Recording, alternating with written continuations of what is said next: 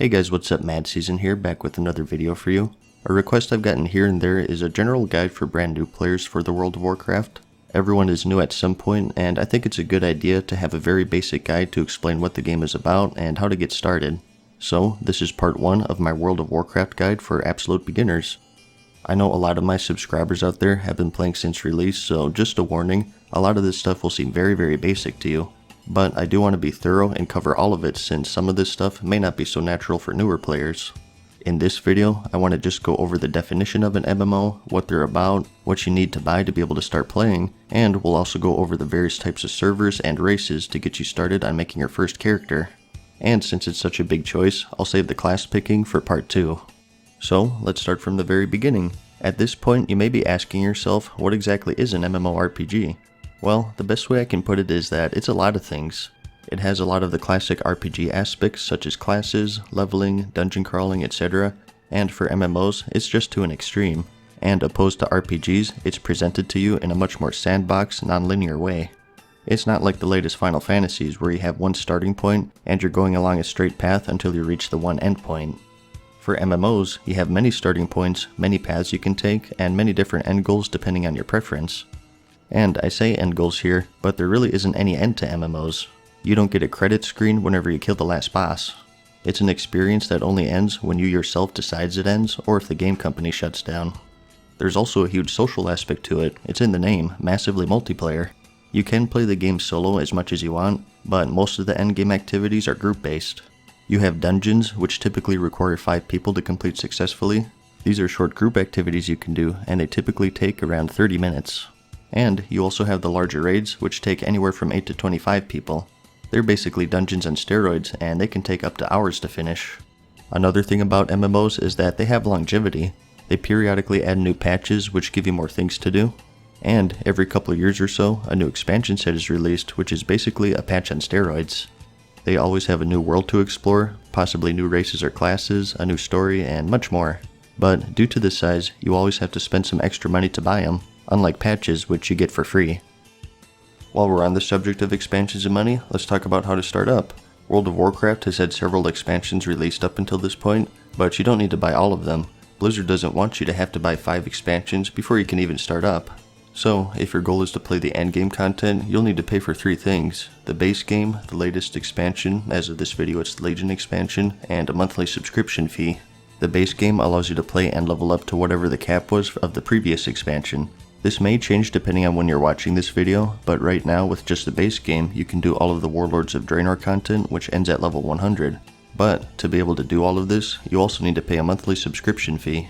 This was pretty typical of MMOs back in the day, but most of them have phased it out. World of Warcraft, however, still uses it. It costs $15 or €12 a month to play. When you set it up, it'll charge you automatically on a monthly basis, and you can cancel at any time. Some people like to think of this as paying for those patches I mentioned earlier. Whenever someone starts playing, I always recommend holding off on buying the expansion at first because it may end up not being your cup of tea. And it'll be a while before you can even start doing the expansion content, so there's no real sense in investing money into something you might not ever play. And if you want to take this a step further, you can play the game for free without a subscription or a base game for up to level 20. This is really nice to get a good feel of the game without spending anything. You are limited a bit though. You can't talk in certain channels, join a guild, and many other social aspects. So, if you haven't bought anything yet, personally I recommend trying it for free first. Once you hit 20, pick up the base game and a subscription if you like it, and once you hit 100 or whatever the base cap is for you, pick up the next expansion if you're really enjoying it. Okay, so now that all of that initial stuff is out of the way, let's talk about the first thing you'll see, and that's the server and character select. As for selecting a server, you have 4 different types: normal, RP, PvP, and RP-PvP. PvP stands for player versus player, and these servers allow other players to attack you freely in most of the zones in the game. And that's something I definitely don't recommend if that's not something you're looking for, especially through the leveling process. You may enjoy PvP, but typically until the max level, any PvP you'll have will be a much higher level player killing you in one shot. So, for your first character, I recommend you stay away from those. Normal servers restrict players from attacking each other unless you manually activate yourself for PvP. RP stands for roleplaying, and this may be something that some of you would enjoy. Basically on these servers, everyone, well, roleplays their character. You have whole role-playing guilds and all sorts of stuff, so if that's your thing, go for it. And RP PvP is of course role-playing servers, but with open PvP. So once again, I recommend staying away from that if that's not your style and it's your first character. Some of these realms will say new player. There's no difference between these and the other servers. Typically, that just means that the amount of people playing on that realm is on the lower side, and they're trying to direct more people there to make it more active. You don't have to play on these realms by any means. Typically though, I recommend rolling on a server that has a medium or a high population because, like I said, MMOs are very social games. The more people you have, the easier it is to do things. That doesn't mean that the new player realms are barren wastelands though. Now, high population realms also have the downside of occasionally having queue times to get in, so if that bothers you, you may want to stick with medium. So, in summary, generally I recommend a normal or RP realm if that's your thing, with a population of medium or high, preferably medium.